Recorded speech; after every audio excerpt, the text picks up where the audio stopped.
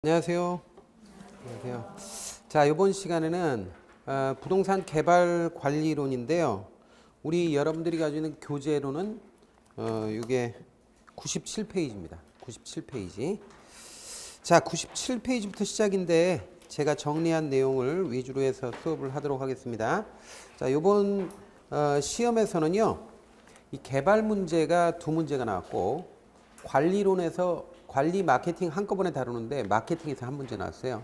그래서 세 문제가 나왔습니다. 전체적으로 내용을 한번 이번 수업 시간에 하는 거 첫 번째 내용부터 한번 보겠습니다. 자, 여러분들 이제 그 개발 활동 이전에 부동산 이용 활동이 시험에 나와요. 근데 앞부분에 있는 거 있잖아요. 부동산 이용 활동은요. 특히 이 부동산 중에 토지 이용 활동이 나옵니다. 그래서 토지를 이용하는 과정에서 생기는 여러 가지 현상들이 있죠. 이런 것들이 전부 다 용어로 풀려가지고 시험에 내요. 그런데 거의 대부분이 이쪽에서 시험이 난다 그러면 이번에는 거의 안 나왔는데 이쪽에서 나오면 한 문제 정도 나오는데 굉장히 쉬워요. 그러니까 여러분들은 앞부분은 그냥 토지 용어, 토지 현상을 설명한다 이렇게 생각하고 그냥 넘어가시면 됩니다. 자, 일단 토지 이용 활동은 전부 다 용어 위주로 나온다고요. 용어를 아느냐 모르느냐 이걸 테스트하기 위해서 냅니다. 첫 번째 용어 알아놔야 될 게 최유효 이용인데 우리 교재에는 없어요. 근데 최유효 이용을 알아야 되는데요. 우리가 토지 이용을 할 때는요. 토지는 용도가 다양하잖아요. 이 다양한 용도 중에서 가장 좋은 용도를 선정해야 됩니다. 그래서 이 가장 바람직한 이용을 우리는 최유효 이용이라고 그래요. 원래는 요 영어로 highest and best use라고 그래요. 근데 이제 highest란 말이 최고란 뜻이에요. 근데 best는 최선이란 뜻이에요. 근데 그게 and로 연결됐잖아요. and는 그냥 우리가 이제 접속사 정도로 생각해가지고 영어에서 and 뭐 그리고 이런 식으로 생각할 수 있는데 사실은 그런 의미보다는 and의 의미는 뭐냐면 이게 우리가 집합에서 and하고 o가 있어서 학교 다닐 때 혹시 배웠는지 모르겠는데 and는 교집합이에요. 그 다음에 o는 합집합이에요. 근데 거기서 교집합을 얘기하는 거예요. 그러면 어떠한 요건 중에서 교집합이 되는 게 최고 최선의 이용이라는 거죠. 최고의 이용이면서 또 최선의 이용이어야 한다. 그게 최고 최선의 이용이다. 또는 최효 이용이다. 이렇게 얘기합니다. 이거는 이제 일본식 기준이 다르고 미국식 기준이 다른데요. 어쨌든 한쪽이 하이스트 유스고 한쪽이 베스트 유스예요. 그래서 하이스트하고 베스트가 겹치는 이 부분이 최고 최선의 이용이에요.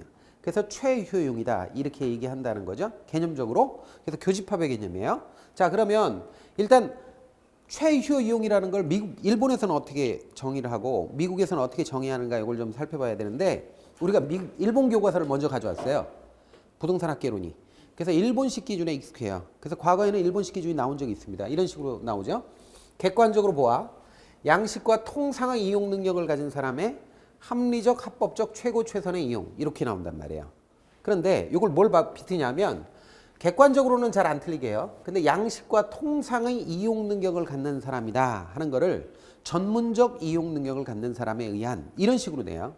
근데 언뜻 생각하면 전문적인 이용을 하는 사람들이 최효용이다 이렇게 선정하는 게 그게 최고 최선의 이용일 것 같잖아요.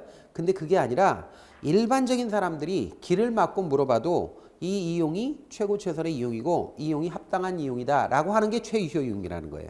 그러니까 전문적인 사람의 전문적인 판단, 전문가의 판단에 의한 이용이 아니라는 거예요.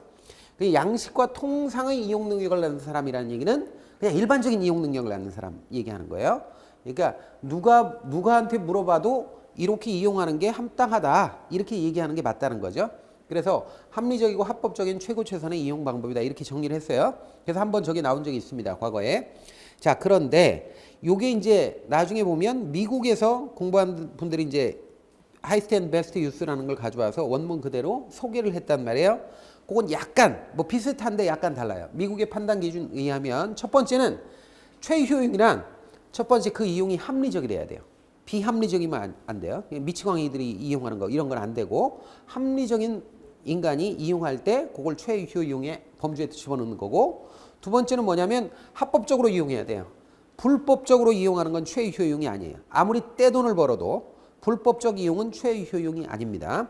세 번째는 물리적으로 가능해야 돼. 이 허황된 생각을 하면 안 돼요. 여기가 이제 매립지인데 여기는 뭐 용도상 상업지역이고 뭐 빌딩을 지을 수 있는데 여기다가 건물을 지으면 기울어 이게 아직 집안이 물러서 매립지라 그러면 이게 법률적으로 그리고 합리적으로 봤을 때도 이성적으로 봤을 때도 합리적이다 하더라도 사실은 물리적으로 불가능하다 거기가. 그러면 그건 최고 최선의 이용이 될 수 없어요. 그러니까 이용이 가능해야 된다. 물리적으로 가능해야 된다 그런 얘기예요. 자, 그러면서 최고의 수익이 나와야 된다라는 거예요. 최고의 수익이 나와야 된다. 그러니까 최고 수익은 실제로 이용해 봐야 최고 수익을 알 수 있습니다. 그러니까 아직 이 용도가 어떤 용도가 가장 좋은 용도냐 하고 판단하는 단계에서는 최효용을 그러니까 최고의 수익이 나오는지 알 수가 없죠. 그건 이용해 봐야 알죠. 그러니까 최고 수익이 나오는 여러 가지 자료가 풍부한 것, 요것이 최효용이라는 거예요. 그래서 우리가 저기다가 붙이면 최고 수익의 경험적 증거 뭐 이런 식으로 표현합니다. 최고 수익의 경험적 증거. 그러니까 최고 수익이 나온다는 거는 장담은 못해요. 사실 이용을 해봐야 돼요. 그런데 그것에 대한 경험적 증거가 많으면 최효용이 될 수 있다. 후보가 될 수 있다 이거죠. 자, 그러면 여기서 하나라도 빼먹으면 돼요, 안 돼요? 안 되죠. 교집합이니까. 여기까지는 베스트 유스예요. 최선의 이용이고 요거는 최고의 이용이에요. 그래서 요 두 개가 다 만족을 해야 됩니다. 이런 걸 우리가 수학에서는 필요 충분 조건 이렇게 얘기하는데 하나라도 빠지면 안 돼요. 다른 요건들은 다 되는데 합리적이지 못하다든지 다른 거는 다 되는데 불법이라든지 그러면 안 돼요. 그러면 최효용이 아닙니다. 그래서 이게 미국식 판단 기준이니까 좀 알아놓으시기 바랍니다. 미국식이라기보다는 미국 교과서에서 주로 나온 거예요. 자, 그래서 이런 내용들 알아놓고 이거는 꽤 많이 언급이 됐습니다. 지문에서 언급이 됐으니까 알아놓으셔야 돼요. 자, 이렇게 해서 부동산 이용에 있어서 토지 이용에 있어서 가장 중요한 게 바로 요 판단 기준 요거예요. 합리적, 합법적, 그러니까 최효용이에요. 그래서 그런 거 내용을 좀 보고요. 자, 그 다음에 우리가 알아둬야 될 용어가 있어요. 집약적 이용이라는 거를 알아야 되는데 집약적 이용이라는 거는 조방적 이용이라는 말하고 반대예요. 근데 여기서 집약이라는 말이 있단 말이에요. 집약이란 말이 한자로 이렇게 써요. 모을집자에다가 이 약속할 때 약자긴 한데 이게 축약하다 그런 뜻이에요. 압축하는 거예요. 그러면 집약이라고 하는 거는 요건 뭐냐면 토지를 이용할 때 압축적으로 이용하는 거야. 그러면 토지가 이렇게 있는데 이 땅이요. 생산이 가능한 게 아니잖아요. 토지는 생산을 할 수가 없어요. 인간이. 그런데 여기 사람들이 막 몰려들어서 이용을 많이 해야 돼요. 그럼 어떤 식으로 이거를 이 토지를 이용하겠느냐 이거예요. 토지를 사람들이 많이 활용하기 위해서 여기 왔는데 땅은 늘릴 수 없으니까 어떻게 하냐면 바닥하고 지붕하고 벽 같은 것을 사람들이 인공적인 자원을 이용해서 이렇게 해서 공간을 확장시키죠. 이렇게 확장시키면 이런 게 뭐야? 땅을 아주 밀도 있게 쓰는 거죠. 그래서 이런 걸 집약적 이용이다 이렇게 얘기해요. 그러면 집약적 이용의 반대는 땅을 많이 쓰고 인공물 같은 거를 별로 안 들여서 널널하게 땅을 널찍널찍하게 쓰는 게 조방적 이용이겠네. 그죠? 그래서 집약적 이용과 조방적 이용 두 가지 의미를 알아놓으셔야 되는데 이때 집약적 이용이란 뭐냐? 집약도를 높여서 이용하는 게 집약적 이용입니다. 에? 집약도를 높인다. 그러니까 땅에다가 얼만큼 많이 인간의 자본과 노동을 투여하느냐 하는 거죠. 그러니까 자본과 노동을 많이 집어넣으면 땅이 어떻게 돼? 고층화되겠죠. 그게 뭐예요? 단위 토지에 예를 들어서 평당 뭐 아니면 제곱미터당 인간의 노동과 자본을 얼마나 많이 투입했느냐 이게 바로 집약도입니다. 만약에 이 집약도를 높여가지고 단위 토지당 노동과 자본을 많이 쓰면 어떻게 돼요? 흔히들 고층화가 일어나는 거죠. 그러니까 결국 고층화의 다름 아니에요. 집약적 이용은 고층화하고 다른 말이 아니에요. 그래서 고층화는 결국 토지 위에다 이렇게 공간을 확장시키기 위해서 인간이 자본과 노동을 많이 투입하는 거죠. 이게 집약적 이용이에요. 별거 아니죠. 자, 그래서 이거는 이용 밀도를 높이는 것이고 결국 이것이 집약화다 이거죠. 고층화시키는 게 결국 집약화예요. 그래서 고층화된 땅을 보면 땅값이 비싸고 사람들이 많이 찾는 곳이죠. 땅값이 비싸니까 땅을 많이 살 수 있어요, 없어요? 없죠. 땅을 많이 못 사니까 땅값을 비싸게 들여서 땅을 사면 그걸 이용 밀도를 높여야죠. 그래서 건물이 높아지는 거예요. 그러니까 도심지 땅은 땅값이 비싸고 그러니까 당연히 건물을 높게 지어야죠. 그래서 이것을 우리는 집약화다 이렇게 얘기하는 거예요. 그리고 집약적 이용, 그리고 집약도를 높여서 이용하는 것 뭐 이런 식으로 표현하니까 잘 알아놓으셔야 돼요. 자, 그 반대는 조방적 이용입니다. 조방적 이용은 생각보단 덜 나와요. 자, 일단 집약적 이용 우리가 봤는데 집약적 이용이라는 게 결국 고층화다. 층수를 높여서 그래서 이용하는 것이다. 이렇게 말씀드렸어요. 자, 그런데 집약도를 높여서 이용하는 게 집약적 이용이긴 한데 문제는 이 집약도를 무한정 높일 수 있을까? 우리가 건물을 지을 때 말이죠. 지구 대기권 성층권 뚫고 저 우주 달나라까지 지을 수가 없지요. 일단 기술적으로 불가능합니다. 기술적으로 인간의 기술 가지고 기술적으로 물리적으로도 불가능해요. 아직까지는 그 정도의 건축 기술은 없어요. 그러니까 우리가 보통 대기권 하면 100km 상공 정도 되잖아요. 그런데 거기까지 뚫고 건물을 올릴 수 있다 하더라도 사실상 그건 제가 보기엔 뭐 거의 불가능해요. 이용하기가. 자, 그런데 그렇다면 기술적으로 물리적으로 집약시키는 것, 즉 건물을 층수로 올리는 것도 한계가 있을 텐데 꼭 기술적 물리적 한계가 아니더라도 우리가 부동산학적으로 봤을 때 또는 경제적으로 봤을 때 집약시키는 게 한계가 있어요. 그 한계 요건이 뭐냐 하는 거 가끔 나오거든요. 물어봅니다. 집약 한계 요건은 한계 비용과 한계 수입이 일치되는 선의 집약도예요. 자, 저렇게 한계 비용과 한계 수입이 일치되는 데까지가 집약 한계입니다. 거기까지가 집약 한계예요. 근데 이거를 잘 기억을 하셔야 되는데 집약 한계라고 하는 게 한계 비용과 한계 수입이 일치하는 거다. 꼭 다른 거 몰라도 의미는 몰라도 그건 꼭 알아놓으셔야 돼요. 근데 문제는 비용하고 수입은 알겠어. 근데 한계가 뭐냐 이거예요. 한계 비용, 한계 수입이라고 할 때 한계가 뭐냐 이거예요. 근데 이 한계를 잘 알아놓으셔야 돼요. 한계. 이 경제학에서는 양을 표현할 때 총 비용, 총 수익 이런 말도 쓰고 평균 비용, 평균 수입 뭐 이렇게도 쓰고 한계 비용, 한계 수입 이런 말 써요. 자, 그런데 총은 뭐 영어로 토탈이라고 그래요. 토탈이라고 그러고 그 다음에 평균은 에버리지라고 그래요. 그 다음에 한계는 마지널이라고 하는데 자, 요게 요 세 가지를 비교를 해야 되는데 우리가 총하고 평균은 알아요. 몰라, 뭐 사람들이 안 물어봐도 알아요. 근데 한계가 뭐냐 이거지. 한계. 자, 그러면 한계가 이런 거다. 자, 보세요.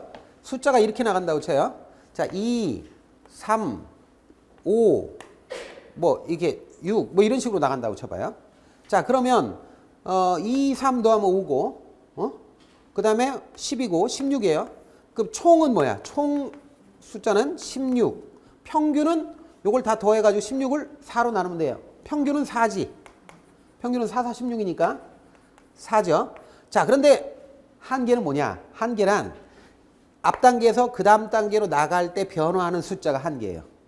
그럼 여기 몇 개 변했어요? 1. 여기는 2. 여기는 1. 이런 걸 한계라고 그래. 한계라고 하는 거는 한 단계에서 다음 단계로 진행되었을 때 늘어나는 숫자 또는 줄어드는 숫자가 한계예요. 그러니까 추가적이라고 바꿔서 얘기하면 돼요. 추가적이란 말로. 그러니까 한계 비용하면 추가적인 비용, 한계 수입하면 추가적인 수입으로 바꿔서 이해해도 아무 상관없어요. 그러면 이게 뭘 의미하는 건지 예를 한번 들어보죠. 자, 어떤 건물을 짓는데 10층까지 지었어. 10층까지 지었는데 9층까지 지었다고 쳐요. 좋아. 9층까지 지었는데 10층 한 층 더 올리는데 추가적으로 비용이 들어가죠. 그 추가적인 비용이 1,000만 원 들어가. 한 층 더 짓는데. 한계 비용이죠. 추가적인 비용이. 그런데 그로 인해서 생기는 임대료 수입이 한계 수입이에요. 한 층 더 올리면 늘어나는 수입이 1,500만 원이야. 그러면 한 층 더 올리는데 들어가는 비용, 한 층 더 올리면 들어오는 수입, 요걸 비교해서 자, 한계 비용보다 한계 수입이 더 많죠. 그러면 지어야 돼, 말아야 돼? 지어야 돼요, 10층은. 자, 그런데 10층 짓고 11층 한 층 더 올렸다 말이야. 더 올리면 1,200만 원이 더 들어가. 한 층 더 올리는데 추가적으로 들어가는 게. 근데 추가적인 수입이 딱 1,200만 원 생겨. 임대 수입이. 자, 그러면 이것도 지어야 돼요. 그런데 만약에 11층에서 12층 한 층 더 올리는데 1,500만 원 들어간대. 추가적으로. 추가적인 수입이 900만 원밖에 안 돼. 자, 그럼 이거 지어야 돼, 말아야 돼? 지으면 안 돼요. 그래서 17층이 가장 이상적인 층수다 이거예요. 그래서 그거를 한계 효용 계층 또는 한계 효용 층수라고 그래요. 그러면 한계 효용 층수는 뭐예요? 요 11층 수준에서 전체 빌딩 수입이 이윤이 극대화돼요. 요걸 뭐라고 그런다? 집약 한계라고 그래요. 집약 한계. 그러니까 집약 한계는 대길권을 뚫고 나가지 않더라도 경제적으로 한계가 있다는 거예요. 토지를 이용하는데. 예? 뭐 이렇게 물리적 뭐 기술적인 한계뿐 아니라 경제적인 한계도 이렇게 존재한다는 거죠. 그래서 이걸 집약 한계라고 그래요. 자, 그럼 이 의미 이해하셨겠어요? 자, 한계 비용과 한계 수입이 일치하는 정도의 집약도를 집약 한계라고 그러고, 그때 건물의 층수를 한계 효용 계층 또는 한계 효용 층수라고 한다는 거예요. 그렇게 되면 이윤이 극대화된다. 부동산 이용할 때, 토지 이용 활동할 때 집약 한계까지 가면 이윤이 극대화된다. 이렇게 알아놓으시면 됩니다. 자, 그런데 제가 조방 한계도 얘기했죠. 그러면 집약 한계에 대응되는 게 조방 한계인데, 조방 한계는 한계 비용과 한계 수입이 일치하는 집약 한계가 아니라 총 비용과 총 수입이 일치하는 정도의 집약도를 조방 한계라고 그래요. 근데 저쪽은 그리 많이 안 물어봐요. 그러니까 나중에 조방 한계는 총 수입과 총 비용이 같아지는 게 조방 한계고, 집약 한계는 한계 수입과 한계 비용이 같은 게 집약 한계다. 이렇게 알아놓으면 돼요. 이쪽이 압도적으로 중요합니다. 집약 한계가. 자, 그래서 토지용 활동할 때 집약 한계가 매우 중요하다 하는 거 알아놓으시면 되겠습니다. 자, 그 다음에요. 알아놔야 될 용어. 이 교재에 없더라도 이거는 알아놓으셔야 돼요. 이 기본 개념이에요. 자, 그 다음에 입지잉여 한번 보겠습니다. 입지잉여가 뭐냐? 입지가 뭔지 아시죠? 위치를 정하는 게 입지예요. 부동산이 위치를 정하는 게 입지인데, 그 위치를 정하면 뭔가가 나와. 그게 잉여예요. 잉여. 잉여는 나머지라는 뜻이에요. 잉여. 자, 그러면 입지로 인해서 생기는 뭔 나머지다. 이게 무슨 뜻이냐 하는 거예요. 자, 어떤 부동산이 좋은 위치에 입지했어요. 그러면 다른 데 입지하는 것보다 다른 조건은 다 똑같다고 하더라도 위치가 좋으면 그로 인해서 생기는 이윤이 있겠죠. 그러면 다른 거는 다 필요 없고 다른 건 다 똑같은데 위치만 달라서 생기는 이 이윤을 뭐라고 그러냐? 위치가 좋아서 생기는 초과 이윤이라고 그래요. 어? 위치가 좋아서 생기는 초과 이윤, 이걸 뭐라고 그런다? 위치가 좋아서 생기는 초과 이윤, 이렇게 얘기하면 길잖아요. 그러니까 이걸 입지잉여라고 하는 거예요. 어? 입지잉여는 어떤 부동산의 위치가 다른 위치보다 좋아서 생기는 초과 이윤이다.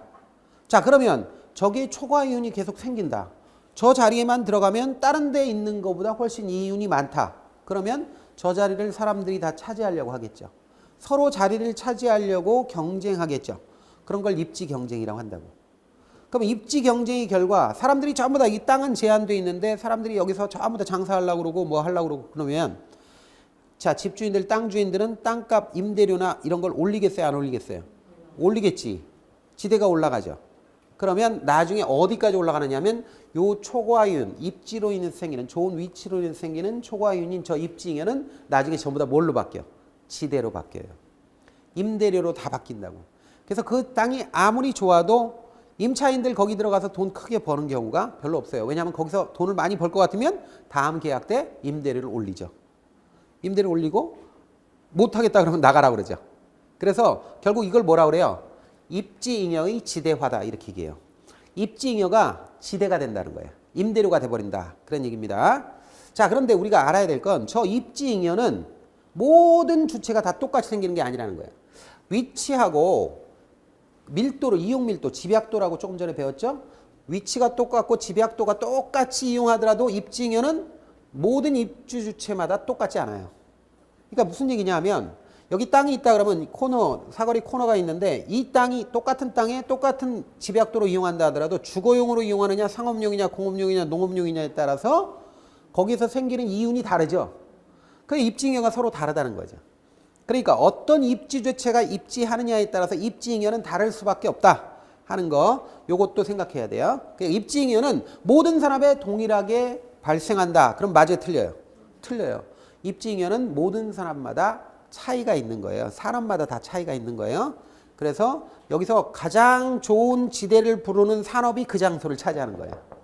그러면 어느 동네는 전부 다 상업지역이 되고 어느 정도는 전부 다 주거지역이 되고 이렇게 되는 거예요. 자, 이렇게 해서 입지잉여에 대한 내용을 했습니다. 그럼 다음 용어 보죠. 용어 그렇게 어렵지 않죠? 네. 다음 용어, 지가 구배라는 용어를 한번 보죠. 자, 지가 구배라는 건 뭐예요? 땅값이 구배 친다 그런 뜻이에요. 구배라는 말은 저 말은 일본 말입니다. 일본에서 경사지를, 언덕배기 경사지를 고바이라고 합니다. 그래서 이 고바이라는 말이에요. 구배. 그래서 지가가 경사를 찐다는 거예요. 슬로프가 있다는 거죠. 그래서 우리가 이게 도심의 지가를 도심에서 땅값이 가장 높은 것을 100% 입지라고 이렇게 했을 때 이때 외곽으로 가면 갈수록 땅값이 떨어져요. 지가가 또는 지대가 떨어져. 그러면 이렇게 슬로프지는 거 이거 경사 되는 거 경사지가 되는 거를 우리는 뭐라 그래? 지가 구배다 이렇게 얘기합니다. 이것도 하나도 안 어렵죠? 자, 그런데 만약에 이게 소도시의 경우에는 단순하게 뚝 떨어지는데 대도시의 경우에는 좀 복잡해요. 왜냐하면 대도시는 도심이 있고 밖으로 나가다 보면 신촌 나오고 밖으로 나가면 영등포 나오고 밖으로 나가면 신도림 나오고 이런 식으로 돼요. 그러니까 중간중간에 부도심이 있어. 그래서 이렇게 물결 모양으로 떨어지는 경향이 있다는 거죠. 근데 경향을 보면 어떻게 돼요? 이렇게 도심에서 아래로 바깥으로 나갈수록 떨어지는 경향이 있는 건 똑같죠. 물론 이렇게 물결처럼 나가긴 하지만. 그래서 지가 구배도 예외는 아니다. 결국 전체적으로 봤을 땐 지가가 도심에서 외곽으로 갈수록 떨어지는 경향이 있다라는 거 알 수 있다라는 거예요. 근데 다만 이제 소도시는 단순하게 툭 떨어지고 대도시는 조금 더 복잡하게 떨어진다. 이런 차이는 있죠. 자, 이렇게 도심의 지가하고 집약도가 비슷한 어떤 관계가 있다라고 연구한 게 토페카 연구라는 게 있는데 토페카 스터디라는 게 이거는 지금 안 해도 됩니다. 자, 생산 요소의 대체성 관련돼서 제가 이제 설명드릴 게 있어요. 자, 여러분들 생산 요소라는 게 뭐예요? 생산 요소 고등학교 다니신 분들은 생산 요소 외워요. 사회경제인가 경제사회인가? 아니, 정치경제 참. 정치경제 시간에 경제 잠깐 배우는데 생산의 3요소 해서 배워요. 생산의 3요소 외웠어. 뭐 있어요? 우리 여사님 기억하네? 토지, 자본, 그리고 노동 이렇게 돼요. 에? 자, 그러면 우리는 이걸 결합해서 생산물을 만드는 거예요. 만드는데 우리가 부동산 할 때는 되게 자본하고 노동을 합쳐버려요. 왜 그러냐면 노동이라는 건 인간 노동력을 돈 주고 사잖아요. 인력시장에서. 우리가 전부 다 취직하는 사람들 다 인력시장에서 팔려가는 거예요. 돈 받고 연봉 얼마 이렇게 팔려가는 거니까 되게 노동이라는 거 자본에다 흡수시켜서 사실 마르크스라는 사람은 자본 이 노동이 이제 그 자본이라는 걸 죽은 노동이라고 그랬는데 어쨌든 얘네들이 연관관계가 있어요. 그래서 자본에다 그냥 통합시켜 버렸어. 그래서 토지하고 자본 요 두 개를 결합해가지고 그래서 생산물을 만든다. 부동산에서는 이렇게 가정을 하는 거예요. 그러면 토지하고 자본을 결합하는데 이때 요 토지하고 자본의 상대적 가격에 따라서 결합 비율이 달라져. 이걸 대체성이라고 그래요. 자, 한번 보세요. 한번 생각해 보세요. 갑이라는 친구가 3,000평의 면적이 필요해. 사업을 하려면. 3,000평은 있어야 돼. 근데 3,000평은 있어야 되는데 명동에서 한다고 칩시다. 명동에서 하려면 명동이 땅값을 따져보니까 한 평에 1억이야. 그런데 건물을 짓는데 요거 자본이죠. 건축이 자본이야. 여기 노동도 들어가고 돈도 들어가고 이게. 요게 바로 자본이라고요. 건축비가 자본이에요, 사실. 건축은 평당 300만 원이야. 그럼 보세요. 한 평에 1억하고 300만 원 두 개가 있다 그러면 어떤 게 더 비싸요? 토지가 더 비싸지. 땅값이 더 비싸잖아. 땅이 더 비싸잖아. 땅이 더 비싸고 건축으로 한 평 늘리는 건 싸잖아, 오히려. 그러니까 땅을 많이 써요. 건축비를 많이 써요. 땅을 많이 써요? 명동에다 3,000평이 있어야 돼? 자, 이게 더 싸잖아요, 건축이. 자본이 더 싸다고, 상대적으로. 그러니까 땅은 조금만 쓰고 건축비를 많이 투입하면 어떻게 돼요? 건물이 높아져요, 낮아져요? 높아져서 고층화된다고. 자, 근데 저기 시골에 가가지고, 칸출에 가가지고. 자, 딱 보니까 토지는 한 평에 100만 원이야. 완전 외진데. 논바닥 사이에 있어. 그런데 건축비는 300만 원 들어. 자, 상대적으로 뭐가 싸요? 땅이 싸죠. 땅이 싸면 땅을 많이 쓰고 건축비를 좀만 쓰죠. 그럼 어떻게 돼? 넓은 땅 위에 건축물은 뜨문뜨문 있는 거죠. 그러면 여기는 토지를 많이 쓰고 건축비를 조금 들으니까 결국 도시의 토지, 명동은 토지를 조금 쓰고 건축비를 많이 투입해서 고층화되는 거예요. 그리고 저 시골 땅은 땅을 많이 쓰고 건축을 조금 하니까 조방화되는 거예요. 그러니까 이게 고층화가 다른 말로 뭐라고? 집약화잖아요. 그래서 도시 토지는 집약화되고 농촌 토지는 조방화되는 거예요. 이해가 되시죠? 그리고 사실 작물들도 작물의 성격에 따라 아주 밀식하는 작물이 있고, 밀식이 뭔지 아세요? 빽빽하게 재배하는 그런 작물이 있는 반면에 좀 널찍널찍 이용하는 작물이 있어요. 아주 널찍널찍 이용하는 그런 거는 초지예요, 초지. 그냥 방치해놓고 그냥 1년에 몇 번 와서 관리만 해주는 그런 초지 같은 거 조성은 굉장히 조방화된 거고, 화훼단지 같은 건 굉장히 밀식해요. 꽃은 아주 빽빽하게 심습니다. 왜냐하면 화훼단지는 근교 농업 중에 가장 도시 근처에 있는 거예요. 여기 양재나 뭐 요즘에는 양재 그런 거 없지만 저 말죽거리 가고 저기 구파발 이쪽에는 옛날에 화훼단지가 있었단 말이지. 그러니까 화훼단지가 왜 그래요? 이게 도심 근처에 있단 말이에요. 특성상 꽃은 금방 시들어요. 꺾어가지고 도시 근처에서 팔아야 되는데 외곽으로 넘어가면 땅값이 비싸니까 도심 근처에 있어야 되니까 도시 외곽에 있으면서 땅값이 그나마 또 비싸니까 어떻게 돼? 빽빽하게 해요.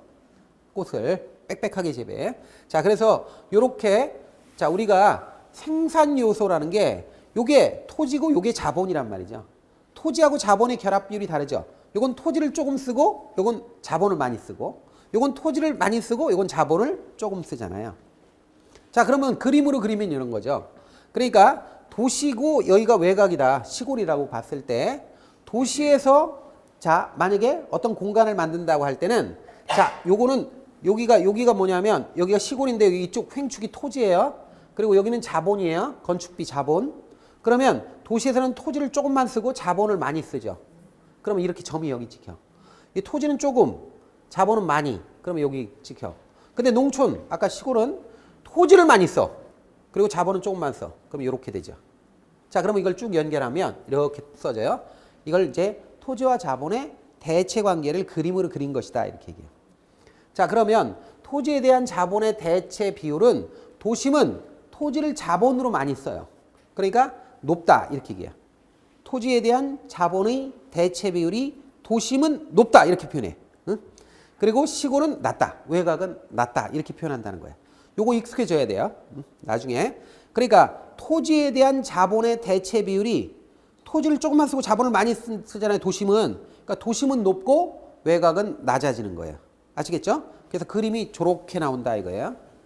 자, 이쪽 저기 Y축이 자본이고 X축이 토지고요. 그리고 여기가 도심이고 여기가 외곽입니다.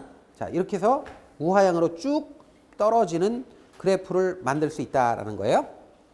이해가 되죠? 자, 그 다음에 우리가 이제 용어 또 알아야 될 게 입찰지대 곡선이라는 거예요.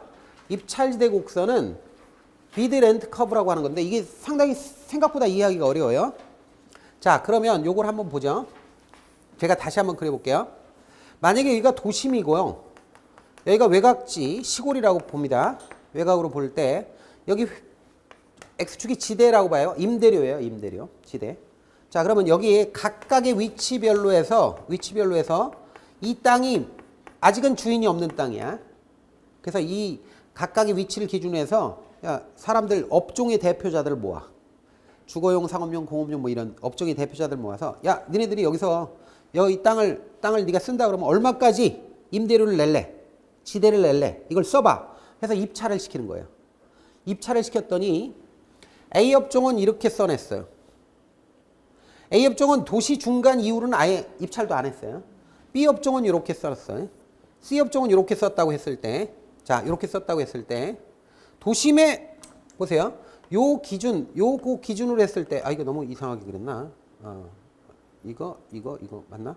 자, 요 기준으로 했을 때 여기 요 지점 A 지점을 기준으로 했을 때는 이 안쪽에서는 어디로 봐도 이게 A 업종, 이게 1번 업종, 2번 업종, 3번 업종이라고 했을 때, 자, 요 안쪽에서는 전부 다 1번 업종이 다 지대를 많이 입찰을 했죠. 그러니까 A 업종이 여기를 다 차지한다고. 1번 업종이. 그 다음에 두 번째 업종은 여기까지가 지가 제일 많이 써냈죠. 그럼 이렇게 차지한단 말이에요. 그 나머지가 이렇게 외곽을 차지해. 자, 그러면 제가 업종을 아주 단순화한 거죠. 단순화한 건데 우리가 아무렇게나 업종이 위치하는 게 아니라 나름대로는 입찰을 보는 방식으로 해서 입지 경쟁 과정에서 임대료를 가장 높이 부는 업종이 그 땅을 차지한다는 거예요. 그러면 대개 어떤 것이냐? 도심 쪽은 상업용이 돈을 제일 많이 벌어. 그러니까 지대를 가장 많이 내니까 다른 경쟁하는 업종보다 더 많은 돈을 써내니까 도심에서는 상업지가 중간 위치한다는 거죠. 그 다음에 그거 바깥에 아주 변두리 아닌 데서는 대개 주거지가 있고 그 다음에 그 바깥은 근교농업이나 아니면 공장 같은 거 이런 것들이 입지한다는 거죠. 그러니까 이렇게 해서 도시라고 하는 게 아무렇게나 이렇게 생기는 게 아니라 나름대로는 질서 있게 그런 원리에 따라서 업종이 배치가 되는 거예요. 막 섞여가지고 막 이렇게 되는 게 아니라.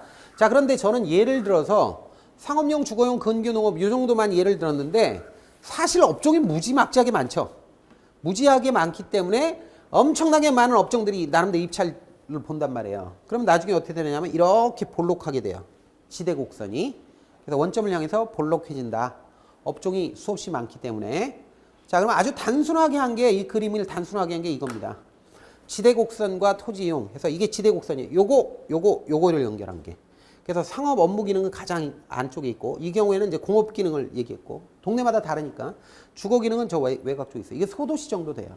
그래서 이렇게 해가지고 아주 단순한 게 있죠. 그 다음에 상업지라 하더라도, 같은 업종인 상업지라 하더라도 지대 지불 능력이 다 달라요. 다 다르기 때문에 요것도 상업지도 상업지 나름대로 분석해보면 조금 더 복잡해져요. 자, 그래서 자, 아주 코너에 좋은 땅은 백화점 같은 게 있어요. 그 다음에 여성 의류, 그 다음에 신발, 여성 의류, 보석, 뭐 가구, 남성 의류, 가구. 남자들은 별로 신경을 안 써. 좋은 위치. 그 변두리 있어도 가서 그냥 대충 그냥 잠바 하나 사 입어요. 그러니까 이런 거 하고 가구, 뭐 식료품 이런 식으로 있어요. 그러니까 이런 식으로 돼 있으면 보다 좀 복잡하게 되죠. 지대곡선이. 어쨌든 이렇게 임대료가 점점 조금씩 업종마다도 다르고 같은 업종끼리도 그게 업태가 어떤 거냐 이런 거에 따라서 달라진다 그런 얘기죠. 전부 다 이것을 입찰지대 곡선이다 이렇게 표현하는 겁니다. 자, 이해가 되죠 일단. 그게 어떻게 표현돼서 시험에 나오느냐 하는 거는 연습을 하면 돼요. 네. 자, 그래서 우리가 입찰지대 곡선이라는 걸 의미를 이해했습니다. 자, 그 다음에 우리 다음 용어 한번 보죠. 한계지라는 용어 있어요. 한계지. 한계지라는 거는 특정한 지점이나 시점을 기준으로 해서 택지로 이용할 수 있는 최원방권이에요. 최예요. 최원방권. 자, 이게 뭐냐면 택지라고 하는 거는 건축을 하거나 건축물이 있거나 건축할 수 있는 토지를 택지라고 그래요. 건축물이 현재 있거나 건축을 할 수 있는 토지. 특히나 이런 여기서 한계지를 얘기하는 건 대개 보면 시험에 나오는 건 전부 다 주거지 한계지예요. 주거지. 주거용으로 이용할 수 있느냐 없느냐. 요걸 이제 우리가 택지라고 보통 얘기하는데 예를 한번 들어보겠습니다. 서울 도심에 직장 있는 사람이 현재 시점에서 현재 이 시대에서 지금 이 상황에서 자, 주거지로서 이사할 수 있는 가장 먼 곳은 어느 정도까지 갈까요? 뭐 저기 강북으로 갈 수도 있고 강남으로 갈 수도 있고 남쪽으로 가봅시다. 남쪽으로 한강 남쪽으로 기준으로 했을 때 서울에 직장 있는 사람이 현재 시점에서 이사 갈 수 있는 자기 집을 구해서 이사 갈 수 있는 가장 먼 곳 어느 정도 될까요? 어디까지 이사 갈 수 출퇴근할 수 있는 게? 예? 어디까지? 보통 어디서부터 다녀? 수원이요? 이게 서울 도심에 직장이 있는 사람이 이사할 수 있는 가장 먼 곳 어디까지 이사하겠어요? 수원이요? 수원은 많아. 인천? 그러니까 인천 서쪽으로 가지 말고 남쪽으로 내려와 보세요. 거기는 바다가 있어서 걸려. 예? KTX 타고 다닌다고? 부천을?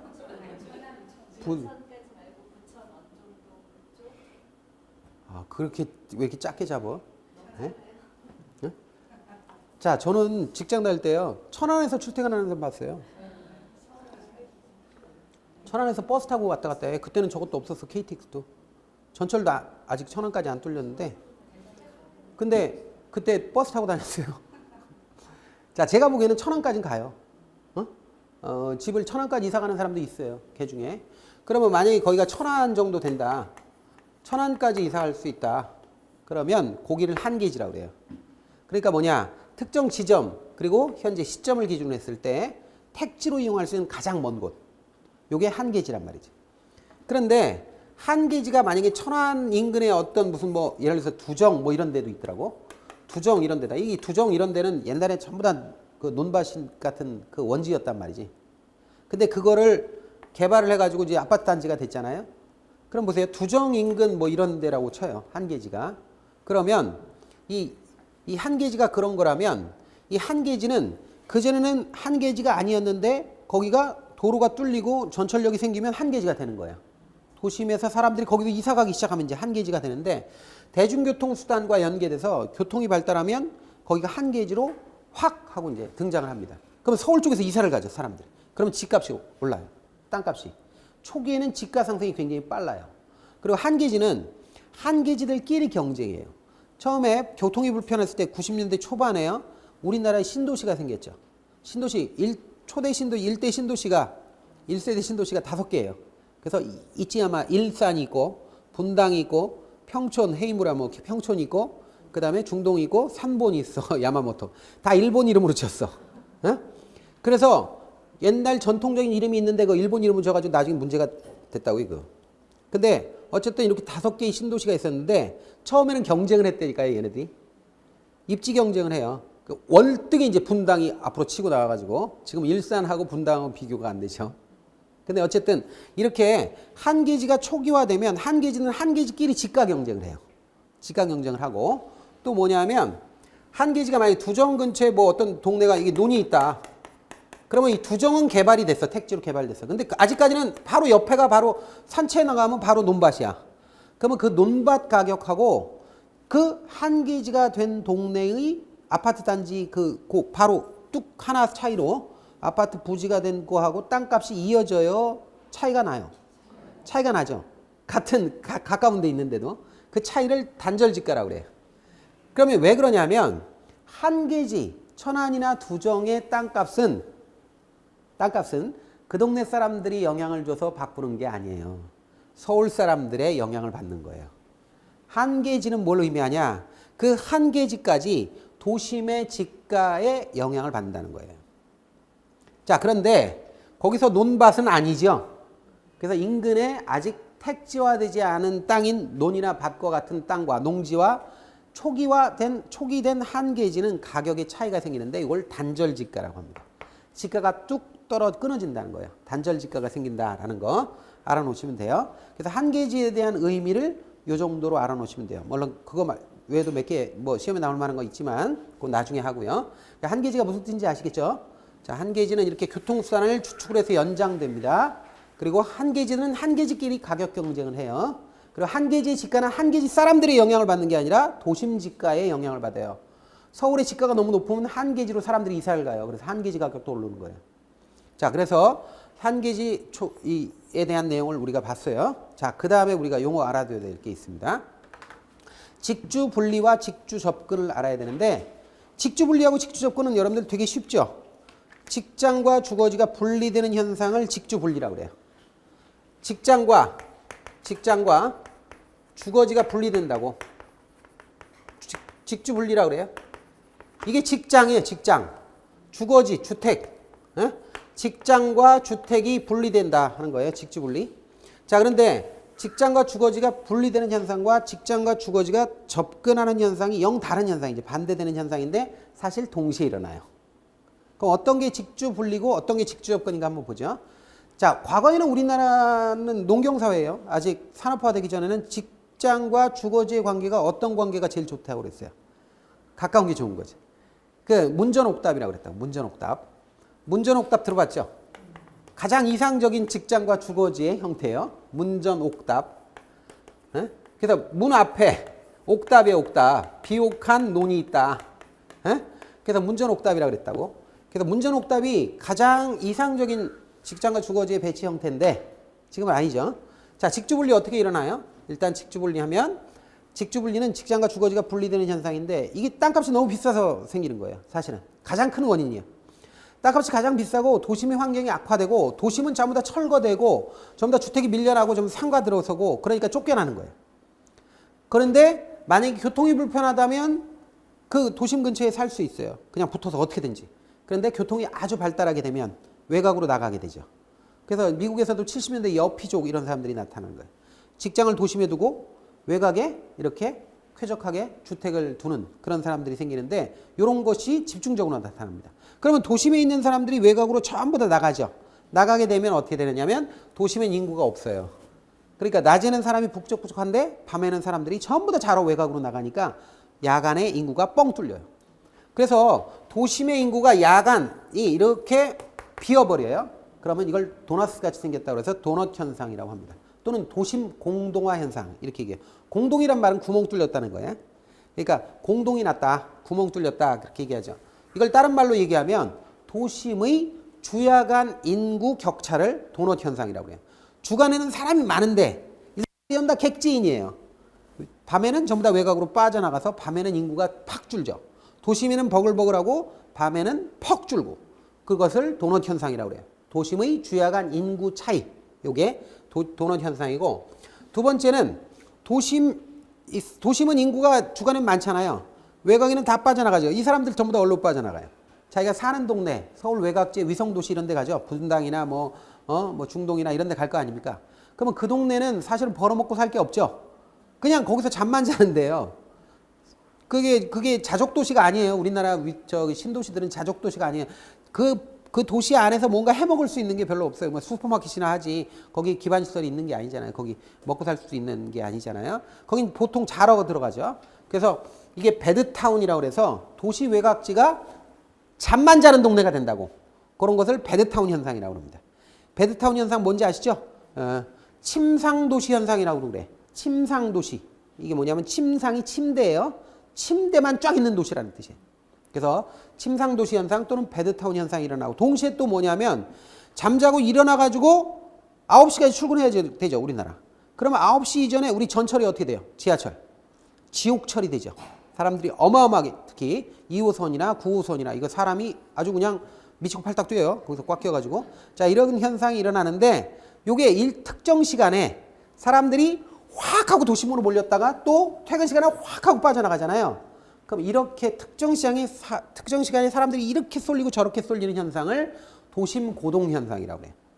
고동이란 말 써요. 고동. 고자가 북고자야. 동자가 움직일 동자예요. 옛날에 전쟁할 때 말이죠. 전쟁할 때는 지금 마이크나 무전기가 없잖아요. 없으니까 전쟁할 때 와! 진격해봐야 뭐 한 100만 명 군사가 있다면 어떻게 들어? 못 들죠. 그러니까 체계적으로 훈련을 시켜가지고 얘네들을 앞으로 나아갈 때, 후퇴할 때, 그리고 어느 쪽 방향을 지시하는 거를 다 사인을 맞춰서 연습을 했단 말이죠. 이때 앞으로 진격하는 건 북을 치는 거고, 퇴각하라 그러면 징을 쳤다고. 앞으로 돌격하라 그러면 북을 막 쳐. 징 하면은 끝났다. 도망와라 이거고. 그 다음에 방향은 깃발로 표기했어요. 깃발. 그래서 옛날 사극 보면 이웬 놈이 깃발이 그렇게 많어. 그죠?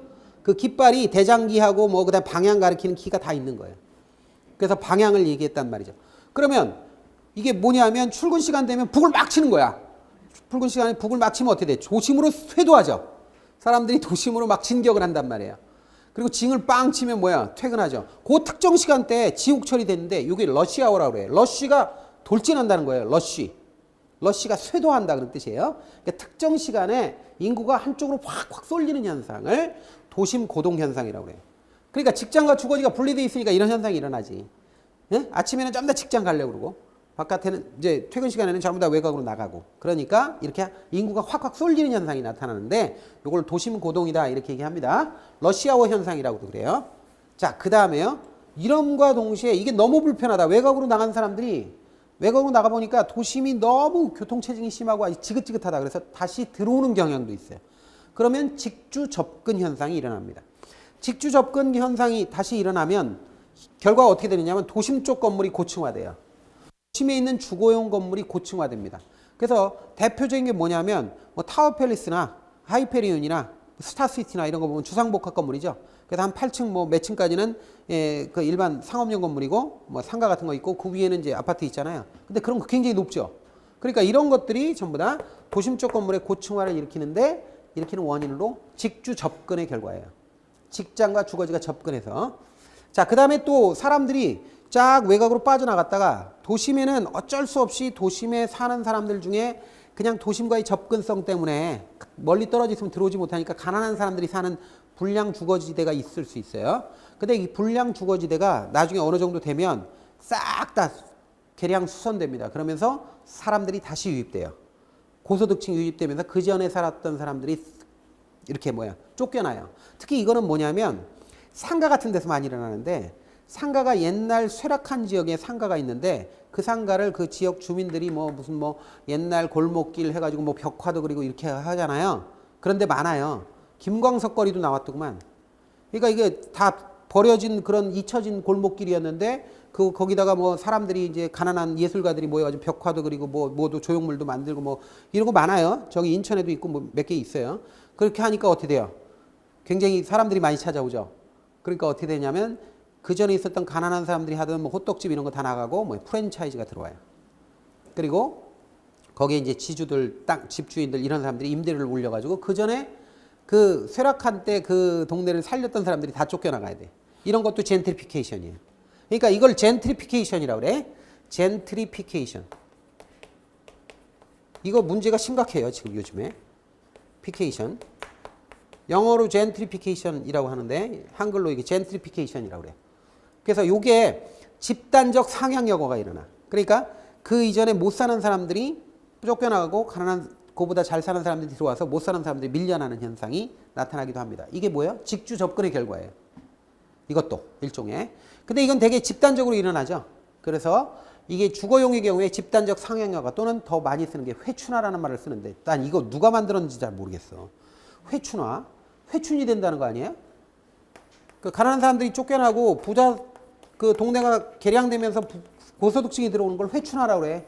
회춘은 무슨 뭐 회춘이 어디서 써든 말인지 모르겠는데 하여튼 이런 말을 썼어요. 그래서 회춘화라는 말도 써요. 직주 접근 결과 회춘화가 나타난다. 이 정도 알아놓으시면 되겠습니다. 자, 그래서 이거 우리가 직주 분리하고 직주 접근을 봤어요. 그 다음에 이제 가볍게 알아둬야 될 용어 중에 하나가 스프롤 현상입니다. 스프롤이라고 이렇게 써요. 스프롤.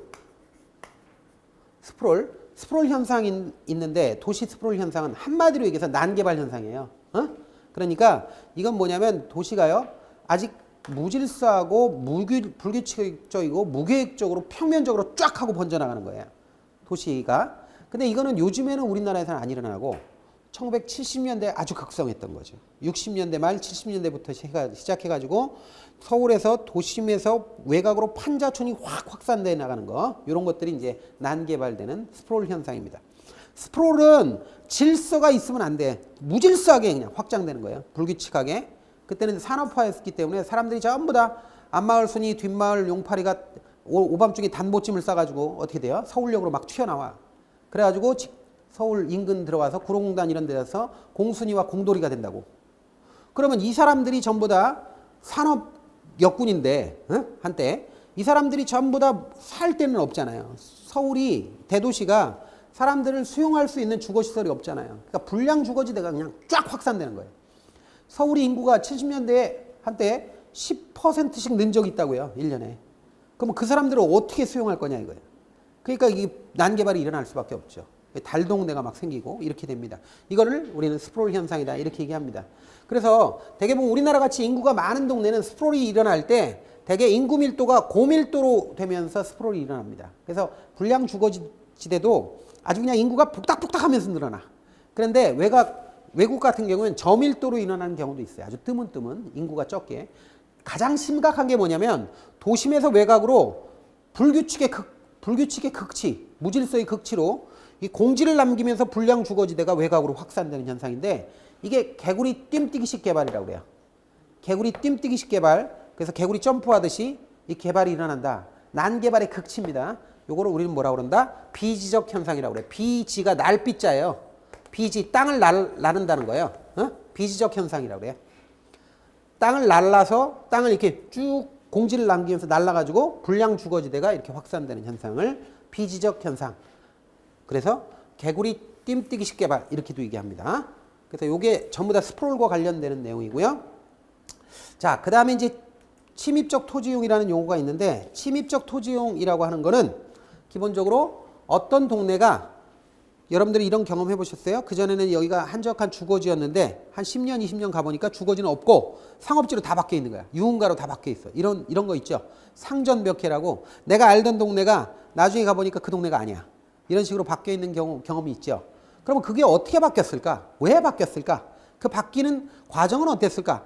하고 연구를 해보니까 자, 토지 이용이 변화되는 게 마치 생태학적인 측면, 마치 살아있는 생명체처럼 이렇게 어떤 생태학적인 측면에서 바뀌는 원인이 있다는 거예요. 그거 거치면서 생태학적인 측면에서 어떤 변화를 거치면서 바뀐다는 거예요. 이때 그 두 가지 용어를 설명하는데 하나는 주거지 같은 데가 동일한 용도로 이용되다가 이질적인 용도를 하는 어떤 주체가 탁 끼어들어오는 걸 침입이라고 그래. 침입이라고 그래. 예를 들어서 어떤 주택이 있었는데 갑자기 여기에 카바레가 확 들어와. 카바레가 딱 들어오면 어떻게 돼요? 주거지에서 주거용으로 토지 이용하는 사람들의 이질적인 상업용 이용이 탁 들어온 거죠. 그럼 이렇게 이질적인 요소가 들어온 걸 침입이라고 그래요. 침입을 하는데 만약에 카바레가 들어오면 어떻게 돼요? 그 지역 주민들이 가만 안 있죠. 여기가 어딘데 여기 들어오느냐, 이 유흥업소가 왜 들어오느냐, 애들 교육이 뭐가 좋으냐. 그러면서 심하게는 낮에 동네에 계시는 분들 있잖아요. 동네에 계시는 동남아라고 그래. 동네 남아있는 아줌마 쭉 모아가지고 머리 띠두르고 나가라 나가라 이렇게 해. 그죠? 그런데도 그걸 버틴다. 그러면 어떻게 돼? 버티면서도 나중에 나가다 하다가 이 아줌마들이 고객이 돼. 그래가지고 어떻게 되냐면 거의 장사가 잘 된대. 그럼 어떻게 돼요? 점점 춤빵이 늘어요. 점점 늘고 그랬다가 춤빵이 늘면 뭐야? 커피도 마셔야지. 커피숍도 생겨. 그 커피만 마시나? 술도 마셔야지. 술만 마시나? 모텔도 생겨 막. 이렇게 되면 막 생겨. 그러면 어떻게 돼? 아 쪽팔리다. 그러고 주택이 막 밀려나요. 나중에 보면 전부 다 물 좋은 동네가 돼버려 여기가. 그러면 이렇게 처음에 이질적인 카바레가 딱 들어온 걸 침입이라고 그래요. 그 다음에 침입이 성공했을 때 그것과 비슷한 토지 이용을 하는 뭐 다방이나 뭐 이런 것들이 그 동네를 바꿔나가는 과정을 천이라고 그래요. 또는 계승이라고 그래요. 그러니까 천이라는 말도 같은 말이에요. 천이, 계승 같은 말이에요. 그래서 이게 석세션을 번역할 때 천이로 번역할 수도 있고 계승으로 번역할 수도 있어요. 자, 그런데 이때 자, 침입적 토지 이용은 두 종류가 있어요.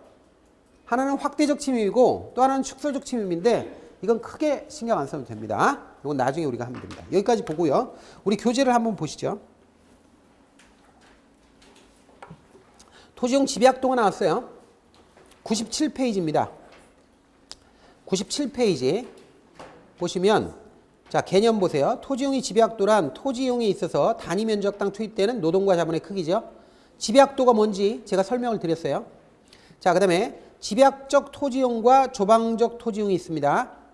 자, 여기 보면 집약도가 높은 토지용을 집약적 이용이라고 합니다. 그 밑에 줄에 보면 1차 산업이 농업이에요. 농업보다는 2차 산업, 공업이 조금 더 집약도가 높아요. 고밀도로 이용해. 그 다음에 공장보다는 상업용 빌딩 이런 것들이 더 집약적으로 이용되죠. 자, 그 다음에 조방적 이용은 뭐 됐어요. 읽어보시고 넘어가시죠. 직주분리, 직주접근 나왔죠. 직주분리란 직장과 주거지가 분리되는 것, 주로 직장을 도심에 두고 거주를 도심에서 멀리 두는 현상. 그 다음에 직주접근, 직장과 주거지를 가까운 곳에 두려는 현상. 회귀현상이라고도 해요. 그 다음에 스프롤 현상, 도시 성장 개발 현상이 불규칙, 무계획, 무질서 확산되는 현상.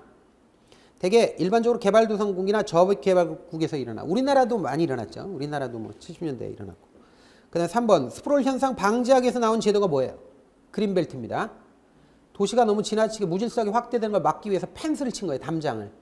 녹색 띠로. 그게 그린벨트입니다. 자, 그 다음에 침입 계승 나왔죠? 침입.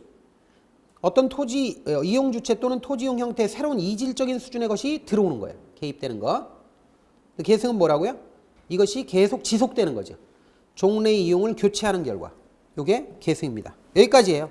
근데 여기 교재는 너무 작게 나와서 제가 있는 거, 판서 있는 내용을 다 정리를 했습니다. 자, 그럼 쉬었다가 개발 활동 보겠습니다.